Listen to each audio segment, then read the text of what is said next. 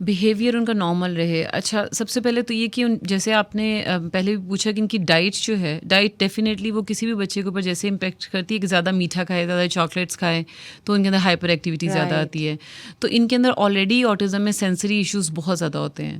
مطلب ان میں 80 to 90% کی ریشو ہے 100 میں سے جن میں سینسری ایشوز ایگزسٹ کرتے ہیں. میڈیکل ایشوز بھی ہوتے ہیں بچوں کو, میڈیکل ایشوز بھی ہیں جس میں لیکی گٹ اور ڈائریا اور وہ سب, اور سینسری ایشوز بہت کامن ہیں. سینسری ایشوز سے مطلب کہ ان کی ساری سینسز میں سے کوئی بھی سینس, دیکھنے کی, سننے کی, ٹیسٹ کی, یا تو بہت ہائپر ایکٹیو ہو سکتی ہے, وہ چیزوں کو زیادہ پرسیو کرتی ہے. تو وہ ذرا سا بھی شور والی کوئی چیز دیکھیں گے یا سنیں گے تو وہ بہت زیادہ ان کو پرسیو.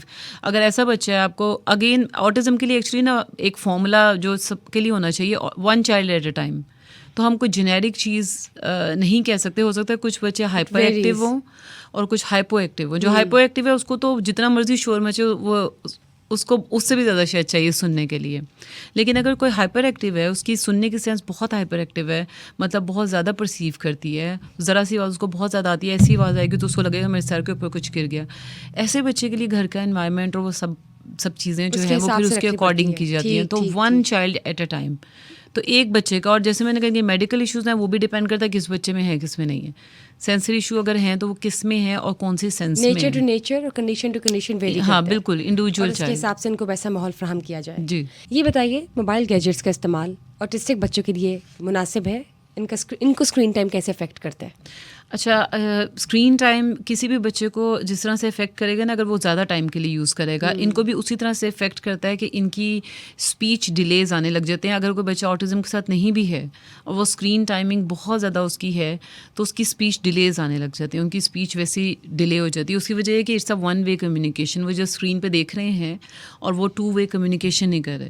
تو اسی طرح سے ان بچوں کے لیے بھی کہ اگر بہت لانگ ٹرم یہ دیکھیں گے تو ان کی پہلے ہی انٹریکشن, سوشل انٹریکشن کم ہے. تو ان کو جتنا زیادہ ہو سکے سوشل انٹریکشن والے انوائرمنٹ میں رکھنا چاہیے ایز کمپیئر ٹو کہ اسکرین کے آگے وہ بیٹھے ہیں اور وہ آلریڈی وہی چیز فیس کر رہے ہیں.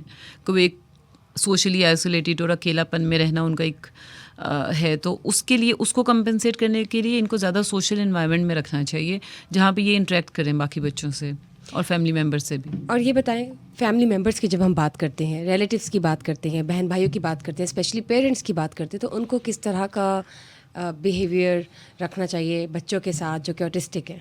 اچھا, یہ اس کوشچن کے آنسر میں مجھے ایک بات یاد آئی جو میں ہمیشہ کہتی ہوں اپنے سب پیشنٹس کو بھی, کہ اتنی مینجمنٹ کی ضرورت بچے کو نہیں جتنی پیرنٹس کو ہے. ایکچولی ہم نے ان کے بارے میں نا بہت ہائی ایکسپیکٹیشن اس طرح سے کی ہوئی ہے کہ بچہ, باقی بچے بھی گھر میں ہوتے ہیں لیکن ان بچوں کے وہ بہت روبوٹک ٹائپ, اور وہ کہ دیکھیں, اور وہ تھراپسٹ سے بھی بار بار ایک چیز کمپلین کی جاتی ہے. تو پیرنٹس کو اپنی ایکسپیکٹیشن بہت ریئلٹی بیسڈ رکھنی چاہیے. ایک تو یہ جو ہے کہ آٹزم کیور ہو جائے گا یا اس کا کوئی بالکل 100% ختم ہو جائے گا, وہ نہیں ہوتا ہے. اس کی مینجمنٹ ہے. تو مینجمنٹ بھی اتنی ہے جو ہر بچے کا, جیسے میں نے کہا 1 child ایٹ اے ٹائم, تو ہر بچہ اپنے اپنے پیس پہ امپروو ہوگا. تو یہ بتائیے کہ یہ تھرو آؤٹ لائف آپ اس کو مینیج کر سکتے ہیں یا کسی عمر تک یہ قابل علاج ہے؟ نہیں, یہ بالکل, کس عمر تک یہ قابل علاج ہے؟ یہ مینیجیبل ہے, اٹس ناٹ کیوریبل. علاج کے قابل نہیں, کیونکہ نیورو ڈیولپمنٹل ڈس آرڈر ہے, برین اسٹرکچر کا ڈفرینس ہے. وہ اسٹرکچر کا ڈفرینس ہم ٹھیک نہیں کر سکتے. ہاں, اس کے رزلٹ میں جو بیہیویئر میں چینجز آ رہی ہیں اس کو مینیج کر سکتے ہیں. تو یہ بچوں کا اتنی اچھی مینجمنٹ ہو جاتی ہے کہ سم ٹائم وہ آپ کے آٹزم اسپیکٹرم ڈس آرڈر جو ہے تو وہ اسپیکٹرم میں فال ہی نہیں کرتے. ایون وہ اسیسمنٹ میں بھی اگر کی جائے تو وہ کہیں فال نہیں کرتے, لیکن ان کی پوری لائف ان کے ساتھ آٹزم کے کچھ فیچرز ضرور رہتے ہیں, جیسے ان کی سینسٹیوٹیز ضرور رہیں گی. یعنی وہ نارملی بیہیو کرتے ہیں تھرو آؤٹ لائف اور مینیجیبل ہے, لیکن کیوریبل نہیں ہے. کیوریبل نہیں ہے, اٹس مینیجیبل. ٹھیک. آٹسٹک چائلڈ کے بارے میں یوزلی یہ بھی کہا جاتا ہے اور سنا جاتا ہے کہ بہت شارپ مائنڈیڈ ہوتے ہیں اور بہت زیادہ ان کا دماغ تیز ہوتا ہے, بہت قابل ہوتے ہیں. اس حوالے سے بتائیے. اچھا, یہ کیونکہ جیسے میں نے بھی کہا کہ یہ آٹزم اسپیکٹرم ہے. اسپیکٹرم از کالڈ دس, کہ اسپیکٹرم کا مطلب ہے کہ ایک اسپیکٹرم کے اینڈ پہ بچے وہ بھی ہو سکتے ہیں جو بالکل بلو ایوریج آئی کیو کے ساتھ ہیں, اور وہ جیسے آئی کیو سیم ویسی ڈسٹریبیوشن ہے جیسے پاپولیشن میں, کہ کچھ بچے بہت شارپ ہوتے ہیں, کچھ ایوریج اسٹوڈنٹ ہیں اور کچھ بلو ایوریج ہیں. تو ان میں بھی جو ہائی فنکشننگ آٹزم ہوتے ہیں, جو اسپیکٹرم کے اس طرف ہیں, جن کا آئی کیو لیول گفٹیڈ آپ کہہ سکتے ہیں, وہ ہائی فنکشننگ آٹزم ہے. تو ان کے بہت شارپ, ایک تو آئی کیو بہت اچھا ہوتا ہے اور ان کی اسکلز بھی, ایون ایک بچہ یا ٹین ایجر ہے, اور بہت سے ایسے ہیں جنہوں نے قرآن حفظ کر لیا, آٹزم ہے لیکن وہ اس حد تک جا سکتے ہیں. ہاں, اور کچھ ایوریج کے ساتھ, ایوریج آئی کیو کے ساتھ بھی کچھ ان کی اسکلز ایسی ہوتی ہیں جو باقی بچوں سے, ایون جو ٹپیکل بچے ہیں جنہیں آٹزم نہیں ہے, ان سے بھی بہتر آؤٹ پرفارم کر سکتے ہیں. اچھا یوزلی کہا جاتا ہے کہ ان کا مائنڈ اتنا شارپ ہوتا ہے کہ they can perceive things beyond the line. For example psychic mind ہوتا ہے, یا دے کین سینس اور اسمیل دا ریٹ. مطلب ایک ہیومن برین جو ہے, جس طرح ہم لوگ نارملی سوچتے ہیں, یہ چیزوں کو سمجھتے ہیں, آبزرو کرتے ہیں, وہ 10 ٹائمز اہیڈ ہوتے ہیں. کیا یہ درست ہے یا نہیں؟ نہیں, وہ بھی اس طرح سے ہے کہ کیونکہ یہ ڈیٹیلس میں جاتے ہیں. آٹزم کا جو بچے ان کا یا ایڈولسنس ان کا فیچر یہ ہے کہ وہ ہول پکچر نہیں دیکھتے, وہ ڈیٹیلس میں جاتے ہیں.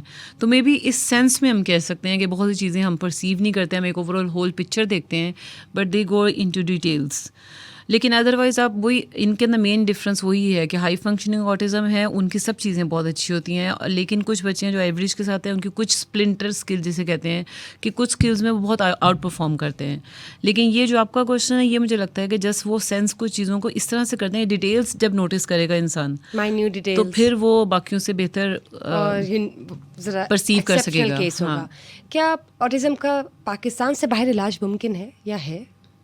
آٹزم کا کہیں بھی علاج ممکن نہیں ہے, یہ جسٹ مینیجیبل ہے. کیونکہ میں بار بار اس کو پوائنٹ آؤٹ کرتی ہوں اس لیے کہ یہ ہے ہی برین اسٹرکچر کا ڈفرینس جو کہ نیچرلی ہے, اور اس کا کیونکہ کاز آئیڈینٹیفائڈ, ابھی تک جس چیز کا کاز آئیڈینٹیفائڈ نہیں ہے اس کو ہم ٹریٹ کیسے کریں گے؟ آپ یہ دیکھیں نا, کلیئر لاجک ہے. کووڈ آیا تھا تو جب تک ہمیں اس کا سولوشن نہیں پتہ چلا, یا اس کی ایٹ لیسٹ یہ نہیں پتہ چلا کہ کیسے اس کے لیے پریکاشنس کیا ہیں, تو ہم اس کو کنٹرول بھی نہیں کر سکے. تو اس کا بھی ابھی تک کوئی کاز آئیڈینٹیفائڈ نہیں ہے. جب آپ کے پاس کیسز آتے ہیں, کوئی سویئر کیسز بھی ہوتے ہیں؟ کیونکہ جب بچے کے بارے میں معلوم ہوتا ہے پیرنٹس کو کہ 2 سے 2.5 سال یا 3 سال کے بچے کے بارے میں اگر ان کو یہ ایویلویشن ملتی ہے کہ ان کے بچے میں آٹزم کے سمٹمس ہیں, تو کیا معاملات ہوتے ہیں؟ کوئی کیس ہمارے ساتھ ڈسکس کریں.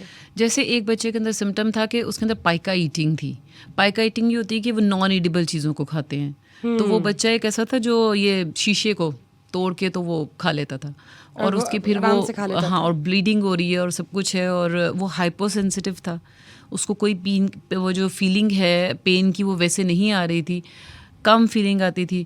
اسی طرح سے ایک اور بچہ تھا جو کہ ہائی فنکشننگ آٹزم کے ساتھ ہے, اور وہ بھی ہائپو سینسیٹیو تھا, اس کو پین کی فیلنگ نہیں آتی تھی. تو اس کی مدر بتاتی تھی, جس نے قرآن حفظ بھی کیا, اس کی مدر بتاتی تھی کہ وہ روز اپنے فنگر پہ کٹ لگاتا ہے اریزر سے, پھر پائیوڈین لگاتا ہے, اور پھر وہ فیل کرتا ہے کہ مجھے پین ہو رہا ہے.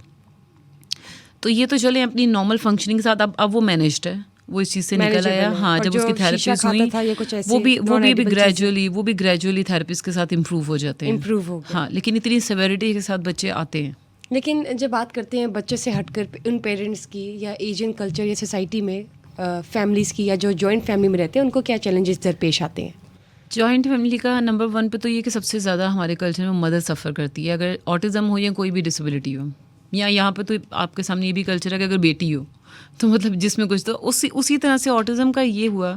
اس کے لیے بھی میرے سامنے ایک کیس آیا کہ ایک مدر ہے, اس کے 2 بچے آٹزم کے ساتھ ہوئے, اور فادر نے اس کو ڈیورس سے دی, اور جسٹ اس لیے کہ یہ تمہاری وجہ سے ہوا. مطلب وہی ہمارا کلچر ایسا ہے کہ اگر بچے اچھے ہیں تو فادر کے ہیں, اور اگر کچھ اس میں ایسی چیز ہے تو وہ مدر.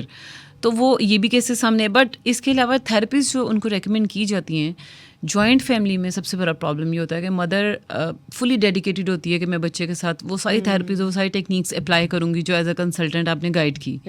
لیکن جب وہ گھر جا کے اپلائی کرنے لگتی ہے, تو جیسے ایک ری انفورسمنٹ کا ایک کانسیپٹ ہوتا ہے کہ بچہ جب کچھ اچھا کرے گا, اس کی پسند کی چیز اس کو صرف تب دینی ہے جب وہ اچھا کرے گا. اچھا سے مطلب جو بھی اس کو بتایا گیا ہے کہ وہ بات نہیں مانتا, یا وہ جو بھی آپ نے مینیج کرنا بیہیویئر, اس کے بدلے میں اس کو وہ چیز ملے گی جو اس کی پسند کی ہے.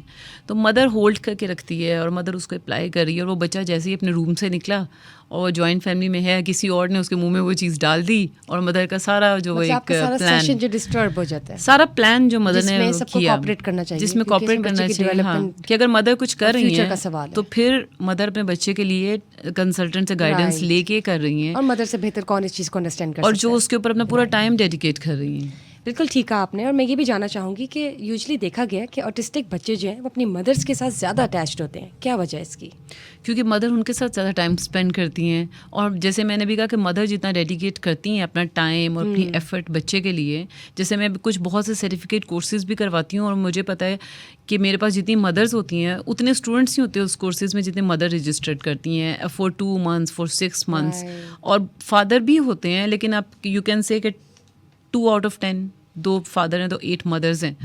تو اور بعد میں اگر کوئی فادر آ بھی گیا تو الٹیمیٹلی جو ڈائریکٹلی بچوں کو مینیج کرتے ہیں گھر میں اور یہ سب چیزوں کا خیال رکھتے ہیں ڈائٹ کا وہ سب مدر کر رہی ہوتی ہیں.